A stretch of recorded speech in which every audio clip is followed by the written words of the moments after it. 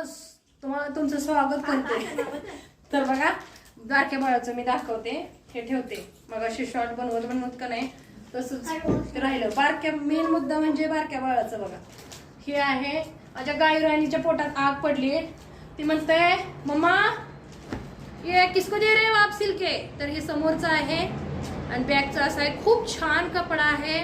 Online मागवलेला आहे. 2.5 metre मध्ये शायद 2.5 आहे 2 आहे. पण गायपेक्षा थोडं मोठं बाळ आहे.